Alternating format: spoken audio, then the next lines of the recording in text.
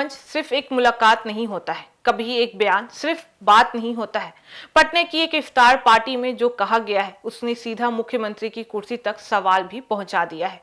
नमस्कार, मैं फरीदा गजल और इस वक्त आप जुड़े हुए हैं एक न्यूज 24 के साथ। खबरों की दुनिया में आपका स्वागत है और अब नजर डालते हैं आज की सबसे बड़ी खबरों की ओर।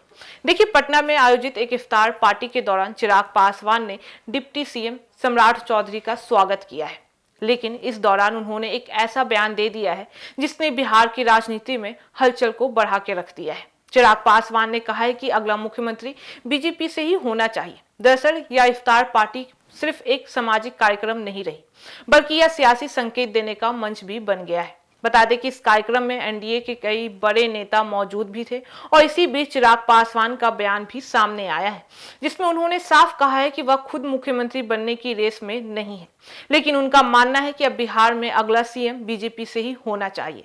बता दें कि इस बयान को कई लोग सीधे तौर पर एनडीए के अंदर बदलते समीकरण से जोड़कर भी देख रहे हैं।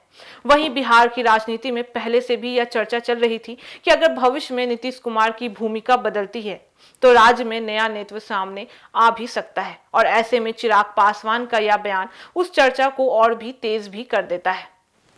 यह भी माना जा रहा है कि यह सिर्फ एक व्यक्तिगत राय नहीं है, बल्कि गठबंधन के अंदर चल रही बातचीत का संकेत भी हो सकता है, क्योंकि जब भी कोई बड़ा नेता इस तरह का बयान देता है तो उसके पीछे राजनीतिक सोच जरूर छुपी हुई होती है।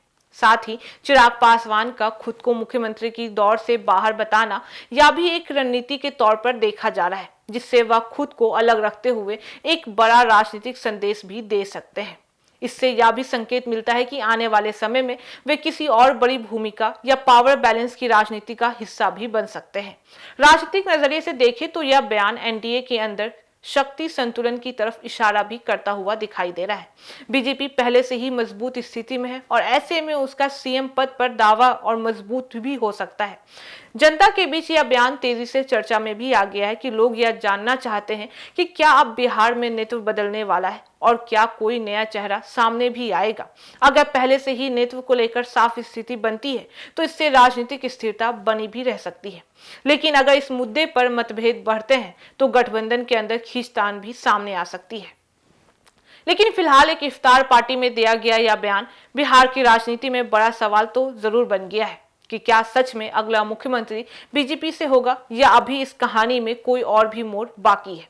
तो फिलहाल इस खबर में बस इतना ही। बाकी इस मामले पे आपकी क्या राय है आप हमें कमेंट करके जरूर बताएं। ऐसी तमाम खबरों के लिए देखते रहिए न्यूज 24, हर खबर सबसे पहले सबसे सटीक। वीडियो को लाइक करें, शेयर करें और चैनल को सब्सक्राइब करना ना भूलें। धन्यवाद।